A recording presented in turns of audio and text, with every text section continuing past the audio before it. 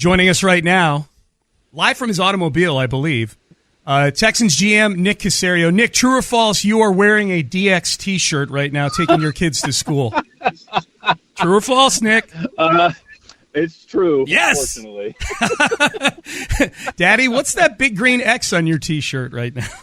They wondered where the glow stick was. We didn't have any of those this morning. So, it's good to talk to you, man. Good to talk to you. A week removed from what I guess lead in with this. I mean, we'll get into the moves last week, Nick, and some of the players you guys came away with in a second. But just in general, look, the city's really excited about this right now. Is that something that you're sensing both in the aftermath, the night of? You were obviously very excited. We saw the footage. Is the kind of the mood around the city? Are you sensing that palpably right now? We appreciate the support of everybody involved. I think it's last weekend was a culmination of a lot of hard work from a lot of people, organizationally, coaching staff, scouting staff, ownership. So anytime you get to the end of something, there's going to be some level of excitement. We're certainly excited about the opportunity that we had to add some good players and some good people to the football team. Unsurprisingly, I haven't been out and about in the city, but definitely here and there, people have made some comments about they're excited about the season, they're excited about the things that we're doing, and we're certainly hopeful and optimistic about where we're headed. So in the end, it's really about work. So now we have to really roll up our sleeves, and we're in phase 2 of the off-season program. We'll go through OTAs here in a few weeks, and then once we get to training camp, that'll be really the biggest litmus test for us, where we are as a team. And then our job and goal is going to be to get the team ready to play for September, whoever the first opponent is. But we're certainly excited. I think the city, wants to see a good product on the field. They've supported the organization through thick and thin here. So our job is to try to produce and try to put something out there that everybody can be proud of. So sometimes it's hard to keep track of the various either opinions or reports or other things that are out there about the timeline of how everything happened. But I guess, is it safe to say that, it's been called a fluid situation until leading right up to the first couple picks in the draft there. When did you first get a sense that you had a plan that was going to be aggressive, but that you had a good chance of pulling it off? Really, Seth, what happens is you go through the spring. I'd say once you kind of get through March, then once you get into April, from a strategy standpoint, you start to think about what are some of the things that we can do, what are some of the dynamics that are involved. I would say teams are, less inclined to have discussions up until maybe about a week or two before the draft. But what we have to do is just kind of go through our process, have an understanding of the league, have an understanding of maybe what's going on around us, have an idea of where we are with the players. I'd say positioning of players is probably where we spend the most time in April. There's going to be some subtle movement. It's not like you're totally resetting your board. You're going to make some adjustments and modifications as you go. Then really what you're trying to do is create positions and groups of players and kind of clusters and kind of start to project where do we think those players are going to go. Not necessarily round specific, but in a general range. And as you get a little bit closer to the draft, a week or two before, you start to have some discussions more generally about what's your philosophy? Are you willing to move? Are you willing to go up or down? And I'd say for the most part, teams hold everything close to the vest. I mean, ourselves included. Nick, nobody's going to divulge a bunch of information. I would say that period from February to the draft, as we've all seen, unfortunately gets filled with a lot of clutter and a lot of noise. And I think everybody just tries to speculate about what teams are going to do, what player they like. And even post-draft, you're seeing some of that as well, just about what happened, the process that went into it. So we can't really control what goes on outside of the building. All we can do is focus on our process and what we're doing. And I would say really the week of the draft is where maybe those conversations start to gain a little bit more steam. And you're prepared for every scenario. You're prepared to pick at 2. You're prepared to pick at 12. If there's an opportunity to trade up from 12 to 2, if there's an opportunity to trade back from 2 to wherever, what's the cost associated with that? So we try to look at all those scenarios, and as you get a little bit closer to the draft in and of itself, that's where I'd say deals become a little bit more substantive. Okay, so when you're watching all of that flack out there, all of this information that's floating around and all the speculation, If you're a guy who likes to keep things close to the vest and not disclose a lot of things, like Ian Rappaport had said that you're very good at keeping a secret when you want to keep a secret. Do you look at a lot of those perhaps misreports as do you look at it and think, okay, good, we're keeping things quiet because this stuff that's being reported is just such nonsense that we must be doing a good job of keeping the actual stuff quiet? Yeah, I mean, look, sometimes people just throw things up against the wall because it's a great story. It's a fun story. Some of it's laughable, but again, we really can't control what goes on outside of our building. We just try to do what we feel is in the best interest of our team and organization. And D'Amico made some comments on Saturday when he was asked about it as well. We just try to do what we feel is best. And really, we live in an information world and an information age. And our job is to keep the information specific to the Houston Texans. And, our job isn't to just divulge a lot of information. Is there misdirection that takes place? Do people put things out there in the hopes of some scenario? I can't really speak to what other folks do. All we do is just try to have good discussions, good dialogue inside. And there's a certain level of trust that's required as well. And I think everybody within the building, it's not that we're trying to be difficult. We're just trying to protect the interest of the Houston Texans and do what we feel is best. And that's how it should be. That's how you should operate any business. So everybody's going to be a little bit different. Everybody's philosophy is going to be different. We can't worry about the external noise. We just got to try to do our job to the best of our ability and try to make good decisions. Nick Caserio, Texans GM, joining us on Sports Radio 610. Okay, Nick, a couple things about the trade itself, up to 3 to draft Will. I guess the first one, I've never seen this before on the broadcast, but on the broadcast of the draft, Carolina makes their pick. They pick Bryce. Bryce is up there doing the thing that the first overall pick does, getting interviewed by Melissa Stark, holding up the jersey and so forth. And while that's going on, I think it's Rich Eisen says, man, Arizona's already on the clock. The Texans have already put their pick in. It was like the fastest we've ever seen a pick come in, at least on TV, it felt like. Knowing that you were going to get into trade talks with Arizona at 3, was there anything to putting the pick in at 2 so fast? Any gamesmanship at all? Was it better to just have a short runway for you guys to get the deal done? Because you said afterwards you got it done with like a minute left on the shot clock. Right. So, again, you guys are big TV stars. So for a TV-made event like the draft, they essentially tell you the first round, you can't turn your pick in until there's 5 minutes on the clock. So even at 2, we're sitting there and saying, all right, we knew we were going to pick at 2, but we had to wait 5 minutes, so there's really nothing we can do about it because the league tells us, well, you got to wait 5 minutes until you turn the pick in because TVs usually ends up being behind by about 56 picks, so they don't want the picks turned in and then the information gets out.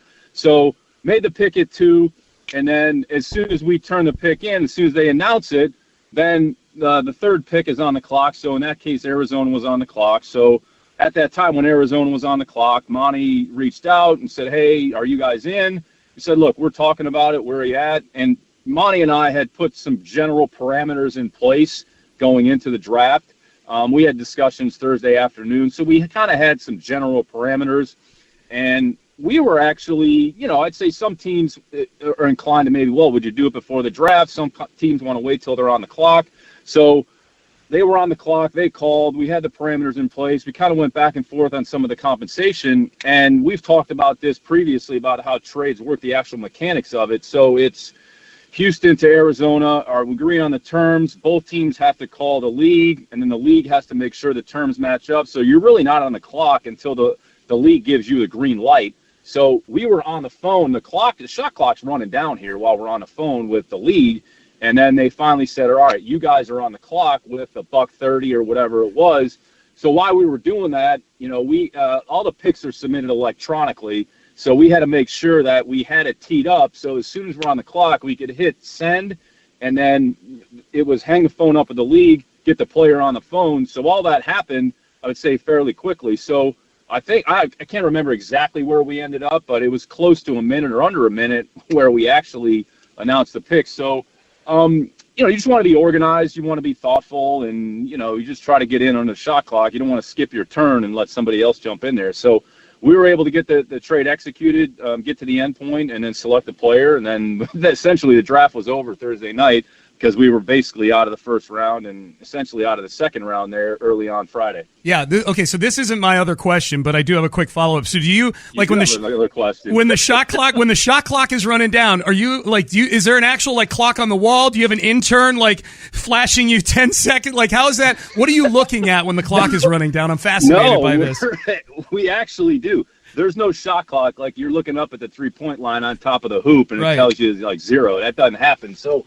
We have somebody, as the draft's going, not just in the first round, but you have something on your computer where you can track it, where it's a live clock. And then if I don't have it up on my computer, I just say, how much time do we have, who's on the clock? So we kind of had a general idea of where we were. There's no shot clock violations in the NFL draft. That's not how it works. So you get to pick in time or you don't. So, but to answer your question, yes, we do have sort of a countdown clock.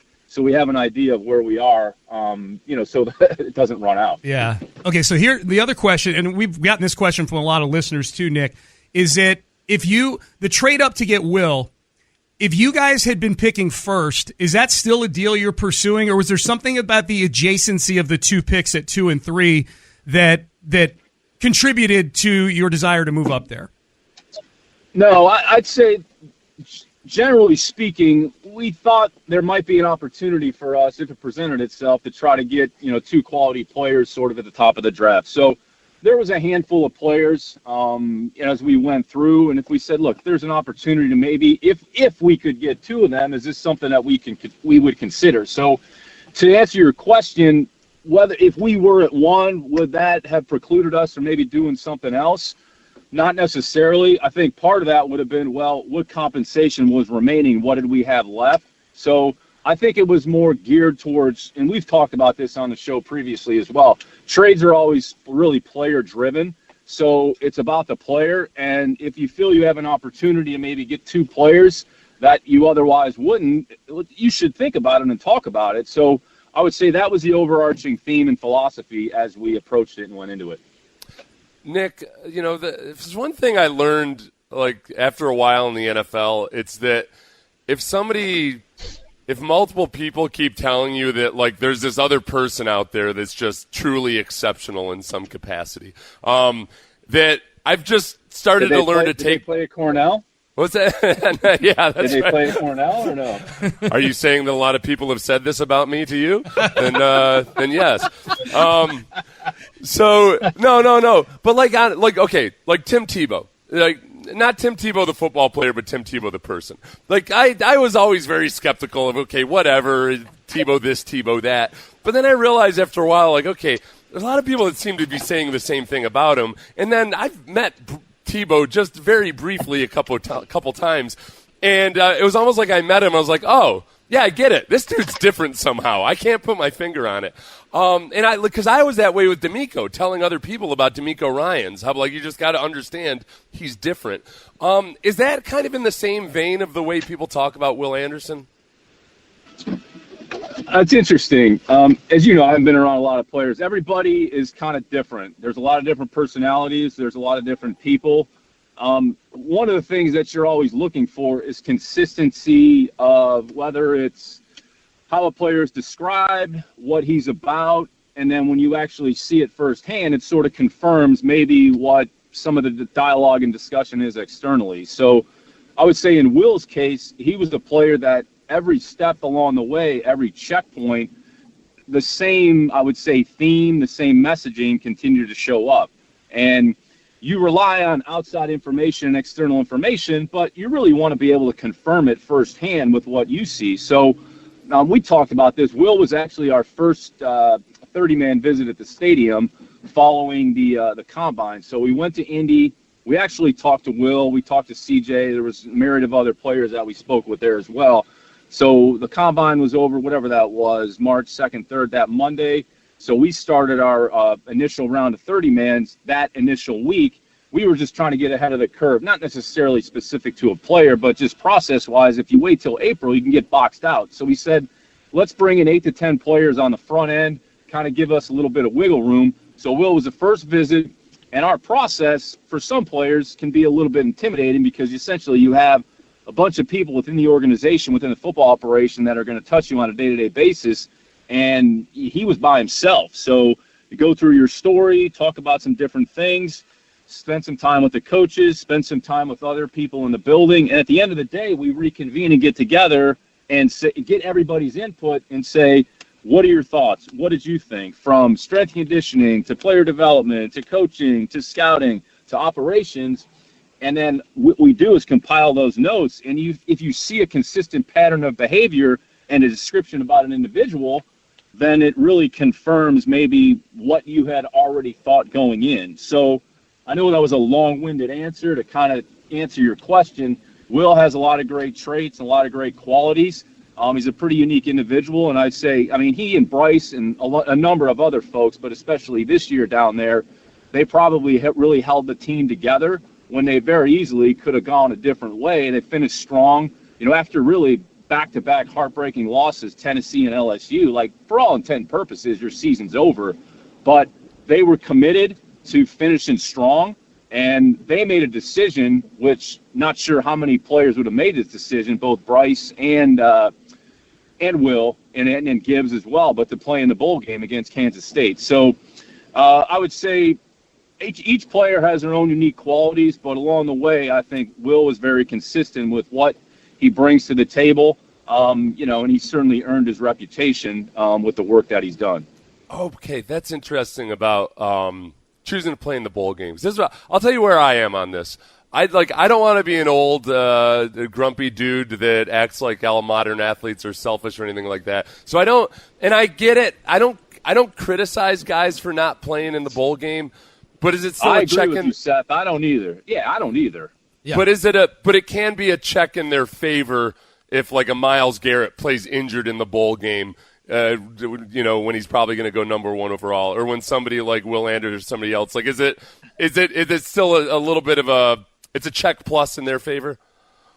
Yeah, every situation is different. I think regardless of the situation or circumstance, if you like football and you like to compete and you show multiple examples of that, that speaks to really who you are as a person and a player.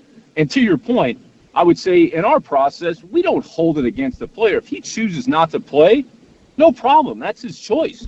Like, there's no reason to get bent out of shape. There might be certain circumstances surrounding that, and everybody's got to make their own individual decisions. So we respect that.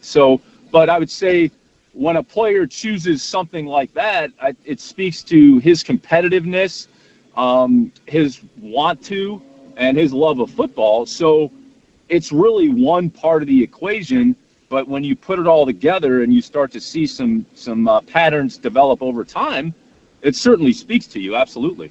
Nick Caserio, Texans GM, joining us on Sports Radio 610. And Nick, shifting gears over to CJ, obviously the film on CJ is incredible. He was a great player at the collegiate level. Was there a particular point in the evaluation process post the season, whether combine or visit or sit down with him at the combine, whatever it may be, was there a particular juncture in the evaluation that super impressed you, that stood out to you about CJ Stroud? Yeah, all the above. I would say really the best opportunity for you to really get to know a player is after the season. And we accumulate information. Our scouts do a phenomenal job of gathering information on players, and you're relying on information from the school. So really our job is to say, who are we getting the information from? Can we validate the information? Are they being truthful?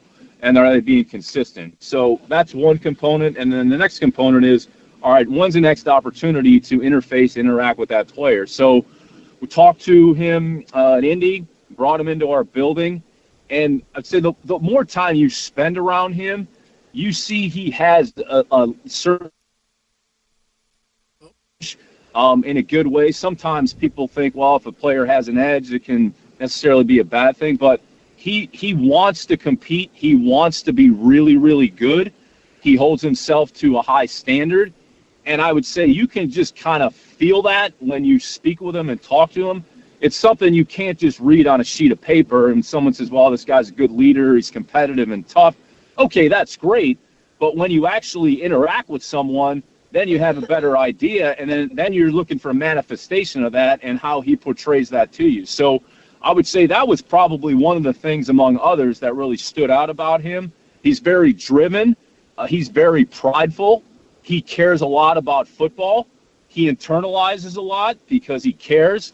But then his ability to kind of use that in a positive way, I think it's interesting when we going back to what we talked about. So CJ was in our visit, and then he was in the room with, I think there were 3 or 4 other players there that day, and he was kind of going through his story. You could just kind of feel his edge, and he's a real dude. He's very authentic, and quite frankly, that can, depending on who the person is, can maybe rub some people the wrong way, right? Like if you have a, external veneer where you're a little gruff, but that's not necessarily a bad thing. So CJ's a great person, loves his mom, loves his sister, very proud of what he's accomplished and overcome.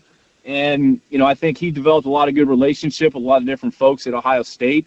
So I would say during the process, probably from March and April, those are some of the things that are really manifesting themselves. And you started to put that together with the physical skills and understanding, and we've talked about this, he certainly has things that he can work on and improve, which all rookies and players do. But, we're excited to have him in the building here next week when the rookies arrive. I was trying to figure out a way to ask this question without it coming off loaded as hell, but there really isn't a way to ask it because it's loaded as hell. Is that possible? Yeah. How's his processing? How's his processing? Yeah, no, it's good. Yeah, no, he can recognize things. He can understand things. I think Ryan has a pretty good system and offense that he runs. I think our offense is going to be different than Ryan's offense. So until you actually sort of roll up your sleeves and start to understand what we're going to do offensively, how Bobby's going to coach him, how Gerard's going to coach him, what we're actually going to ask him to do on the field.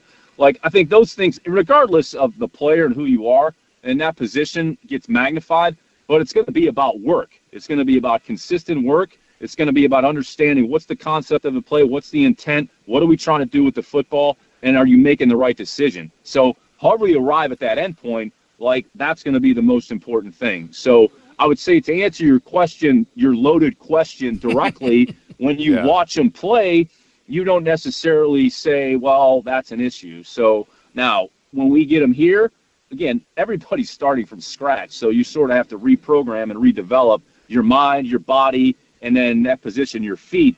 Because playing that position is much about your feet. It's really as much about your feet and your mind as it is just your upper body and your throwing. A lot of people don't understand that. I'm sure Peyton and Eli, if you ask them, since you're a big celebrity interviewer now, I'm sure if you talk to them about quarterback play, they would tell you that. Yeah. Those I don't know anymore. I think I pissed Eli off. So Eli got us twice, so I'm not a big fan of Eli. Anyway. Yeah, okay, good. I did it for you, Nick. I did it for you.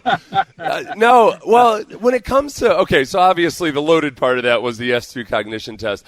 When it comes to some of that stuff, the stuff that's not like the classical combine drill or assessment, where do you – because obviously a lot of teams really value that test, but with everything, there's going to be times where there's a conflict with what you see on film. How do you figure that out? How do you weight those types of things? Yeah, sure. You're trying to reconcile everything. And before the S2 came along, it was the Wonderlic, right? So everybody, well, this guy has an 8 Wonderlic score, a 10 Wonderlic score, whatever it was. I would just say this.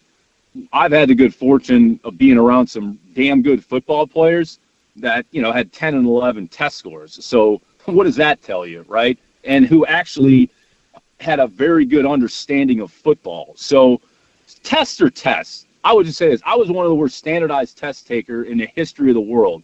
I'm probably going to embarrass myself, but I think I scored under 1,000 on the SATs. Literally. I was a horrendous test taker. I probably couldn't get into Cornell as a result of that, but I was horrible. How good a football player were you? I don't know. Just ask the people at John Carroll. I was probably marginal if you ask them. Marginal. But really, a standardized test, sometimes it's a hard measurement. So, all right, it's a data point. You can't just put your head in the sand. You use it as a data point, and what it forces you to do is say, all right, let's do a little bit more digging. All right, let's try to get underneath the surface a little bit and see if there's actually something to this. So, again, more than anything, it might just force you to say, let's go back and take another look. And each team has different tools that they utilize as a part of their process and their assessment. And it doesn't mean one's right or one's wrong. I think that one has probably been magnified, quite frankly, over the last, 1 to 2 years, which is fine, and teams utilize it, just like we utilize things that other teams don't use. So in the end, each team has to do what they feel is best and then use the information, and then just once you have the information, use it the right way, and then if there's an issue, come up with a solution about how you're going to get it fixed. Nick Caserio joining us. Nick, you okay on time? Yeah, no problem. Okay, yep. cool. Yeah, you're listening to KLT HD2 and Odyssey Station. All right, I have one more question about the trade. Seth, in show prep, Seth said, I'll do all the loaded questions. And I said, good, I'll do all the questions about the trade. But the other big thing about this trade that obviously everybody's talking about is the number 1 pick next year. That's your guys' number 1 pick. When you're going through the calculus of including the number 1 pick, your pick in that deal next year, how much do you factor in expectations for next season? And are you kind of betting on yourselves in a way by including that pick? Yeah, future picks are always a little bit tricky. So, because there's not necessarily a value associated with them. Mm-hmm. What happens is they kind of get averaged out. So we can't worry about next year. Well, what's our record going to be? How are we going to play? We just try to focus on this season, go through the dialogue and discussion. What's the compensation involved? And you're either comfortable or not comfortable with the compensation that you're going to send the other way. So our focus is on the 2023 season. We can't worry about 2024. Look, our job is to try to go out there and play good football. Like, we can't worry about, well, what happens here if we win this many games? This is going to lead to this. That's for other people to talk about that, want to waste their time. That's not for us to worry about. We're going to try to focus on this year, this team, the players that are here, try to do the best job we can to get our players ready to play, and just try to go out there on a week-to-week basis and play good football. Doesn't mean we're going to go out there and win every game. No, that hadn't been done in the history of the NFL other than, once or twice, by 2 teams in a regular season. So to answer your question, Sean, not really worried about it, not going to get caught up in that. Try to focus on 23, and then when 24 gets here, we'll worry about 24. Nick Caserio joining us on the show. As far as this season goes, along those lines, Nick, I think fans are really excited about the implementation of a form of the Kupchanistani offensive system for sure. What can you, and by the way, thank you for labeling it that as well and putting that term over for us. We appreciate that. What can you tell us about Bobby Slowick so far? Anything that stood out to you so far behind closed doors? Yeah, no, Bobby's been great. Great energy, great attitude, really loves football. And I think the one thing as a team that we've talked about, and it's applicable offensively as it is defensively, it's just about explosiveness and quickness. So offensive linemen running off the ball with quickness and urgency and intent and explosiveness.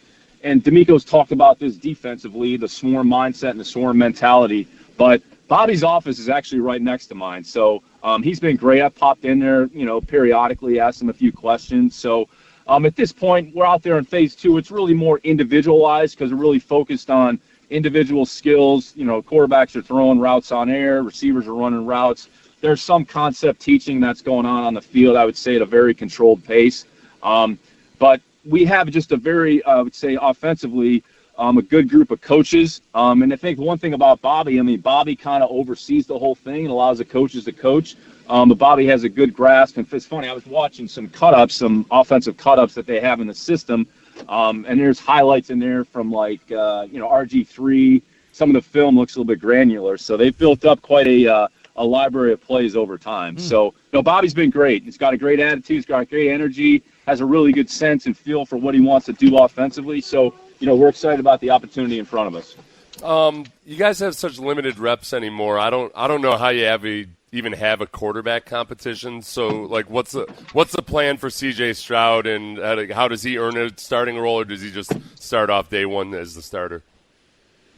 Yeah, no, everybody that comes in the building, kind of starting from square one. So there's no starters in the spring. So everybody's going to go out there, going to earn their role based on their performance. So everybody will get the same opportunity. I think we'll be able to get started Friday this weekend with the rookies, 20 players, kind of give them their first introduction. And really our job is to get them ready to go for phase 2 workouts. Tuesday, Monday's a big golf outing, so everybody's going to go out there and try to pretend they're a good golfer for the foundation event. But then Tuesday, once we get back on the field, the following week, our rookies will go in this Friday, this weekend, this next weekend, and then they'll go into phase 2. So everybody's starting from square one. There's no starters. We're not talking in those terms. Everybody's going to get a lot of reps.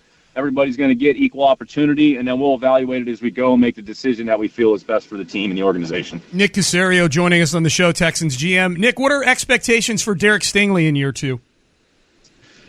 Yeah, Sting's worked really hard from the end of the season to where he is now. He's been in the building since February, so I would say his mindset, his work ethic, he's ready to go. He's made a lot of progress. We're certainly cautiously optimistic about where he is and where he's headed. Derek's a talented player. Kind of got short-circuited there a little bit last year with the injury, but he's in a good spot. So, certainly excited about his prospects for this season. Is Monday the only round of golf you play all year? Do you play a lot of golf? It's a hilarious question. The last time I played golf in Texas was the foundation event last year. So it's called, I'm a 1 for a year here. If I can maybe squeeze in another one, before summer vacation, but it's pretty low. And I love to golf. I love to play, but it's pretty low on the priority list. I'd rather allocate that time when I'm around to my daughters. Good. So, but that's, to answer your question, yeah. We'll see how this goes. It's hilarious. So our team last year that participated, we ended up winning. We were like 14 or 15 under. So, I didn't play very well at all. Like the guys that we play with are pretty good. So the next day, Frank Ross said, yeah, you guys won, because I didn't stick around. I'm like, we did? He's like, oh, yeah, your team won the event last year. I'm like, oh, that's great. I might have made like a couple putts along the way, but my contributions will be very small, I'm sure, on Monday. Are you a better golfer than you are a standardized test taker? That's a good question, Sean. Yeah. That's an excellent question. It's probably about equal. So, okay. You're a 950 SAT on the golf course. Yeah. Everybody's like wondering, like, oh my gosh, how does this guy have a job if he scored that low in his SAT? But Seth's not wondering. No, we brought up the example. Richard Feynman was a Nobel Prize winning physicist who had like just a slightly above average IQ as tested by his high school. Like it's they only tell you so much about an individual. You got to figure out the rest on your own. Yep. Well, think about it, too. Think about a lot of the great entrepreneurs who dropped out of college or who didn't have anything more than a high school education. So everybody can get to a point, and everybody has certain things that their strengths that they can accentuate and they do well. So I think sometimes we get caught up in some things on the periphery, not just standardized tests, but generally speaking. And in the end, like, each individual is different, and what makes them tick and what drives them, like, is going to be different for each individual. And I think in the end, it comes down to just work your ass off, try to make good decisions, try to do the right thing, and try to improve, try to remain curious, and just try to learn as much as possible along the way. Well, we're excited, man. We're looking forward to all the the mini camps and the OTAs, every bit of it, training camp. We can't wait for it to get started.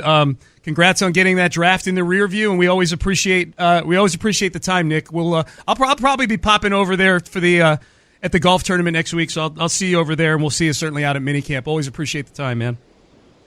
You bet. Appreciate you guys. Have a great weekend. All right, thanks. You too, Nick. Really appreciate that. Texans GM Nick Caserio.